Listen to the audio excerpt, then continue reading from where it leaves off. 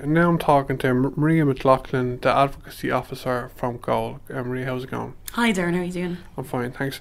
Maria, could you tell us about this new campaign that you launched last week? I know you've got coverage in the Irish Times, I think the Irish Independent. It was great to see the coverage in the front of, I think it was the Irish Times last week. Could you just tell us about the campaign? I know it's about Syria. And the war in Syria is going on for a few years now, but the situation is getting worse. And I interviewed your director Barry a couple of years ago about it, but you are still working in Syria, aren't you? So what can you tell us about this campaign? Indeed. And our CEO Barry Andrews actually has been, talking about the issues in Syria for the last several years. We've been working in Syria since 2012.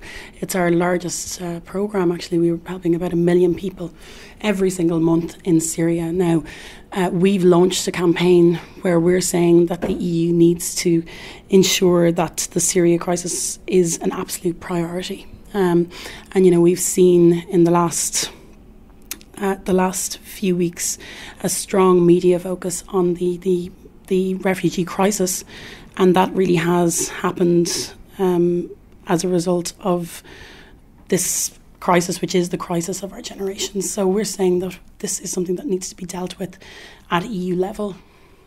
And it's true, isn't it? This crisis is the biggest humanitarian crisis since World War II.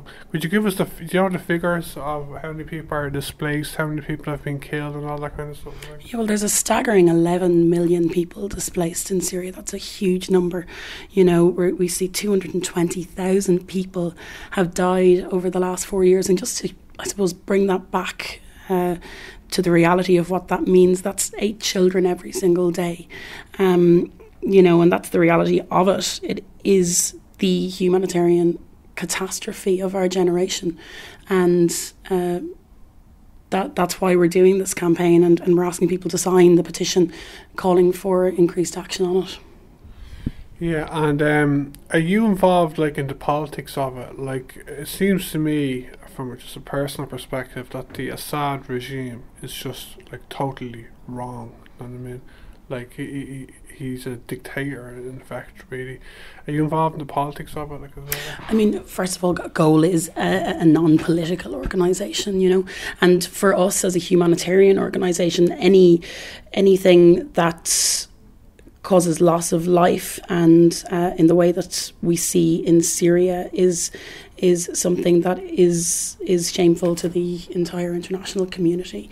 And certainly for us, our priority is looking at solutions to this issue, and also ensuring that the most vulnerable, and that's who we deal with, are the most vulnerable people, are looked after, And you say you work with, you help 1 million people there every month. Do you have partners working over there, partner organisations, or are you on your own over there, or what? Yeah, well, we've got over 400 Syrian staff working on the ground in Syria. For Goal, and they're working on the ground in Syria every day, risking their lives, doing some really, really complicated and really actually difficult programming. We're dealing with massive water networks, and we're distributing food vouchers. And one of the things, when I visited Turkey and I met with some of our Syrian staff there, one of the things that really stood out was the fact that Syria was a middle-income country. It was a country that was not 1 million miles away from what Ireland is like today, and that is the real tragedy of this, that Syria has been set back decades by this.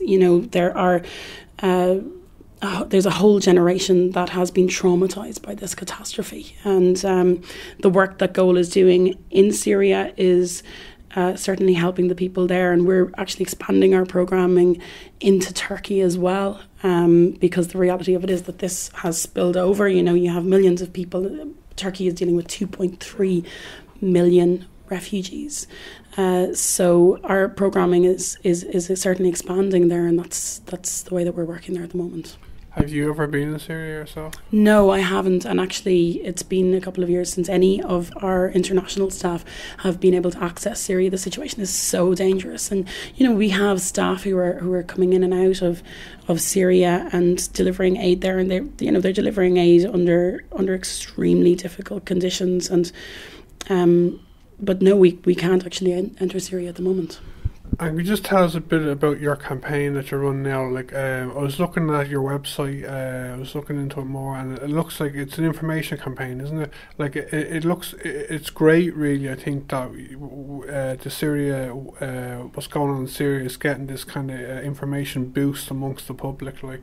And I saw you have photographs now on your website, giving statistics and all. It's a very intelligent campaign, I think. Could you tell us a bit about it, please?